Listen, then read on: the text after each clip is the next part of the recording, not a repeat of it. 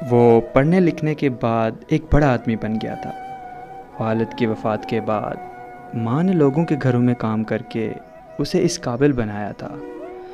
بڑا آدمی بننے کے بعد اس نے اپنی حیثیت کے مطابق شادی کی، مگر شادی کے بعد اس کی بیوی کو ماں سے شکایت ہونے لگی کیونکہ ماں ان کے سٹیٹس میں فٹ نہیں آ رہی تھی۔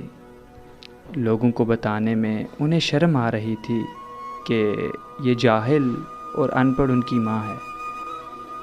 جب بات زیادہ بڑھ گئی تو ایک دن بیٹے نے ماں سے کہا کہ میں اب اس قابل ہو گیا ہوں کہ میں کوئی بھی قرض ادا کر سکتا ہوں، میں اور آپ خوش رہیں، اس لیے آج میں آپ کو مجھ پر کیے گئے اب تک کے سارے اخراجات بتائیں، میں سب ادا کر دوں گا اور پھر ہم الگ ہو جائیں گے۔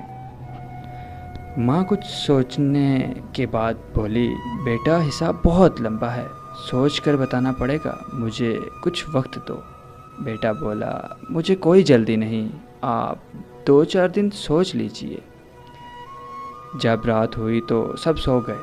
ماں ایک برتن میں پانی لیے کمرے میں داخل ہوئی جہاں بیٹا سو رہا تھا۔ ماں نے بستر پر پانی گرا دیا، بیٹی نے دوسری طرف کروٹ لی تو ماں نے دوسری سائڈ پر گرا دیا۔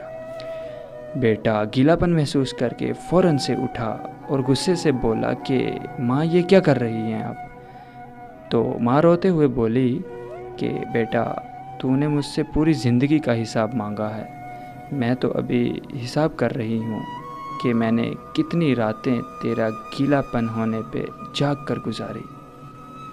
ابھی تو پہلی رات ہے اور تم ابھی سے گھبرا گئے ہو، ابھی تو حساب شروع ہوا ہے۔ ماں کی بات نے بیٹے کو جھنجھوڑ کر رکھ دیا تھا، نہ وہ ماں کو گلے لگا کر روتا رہا۔ شاید اسے احساس ہو گیا تھا کہ ماں کا قرض کبھی نہیں اتارا جا سکتا۔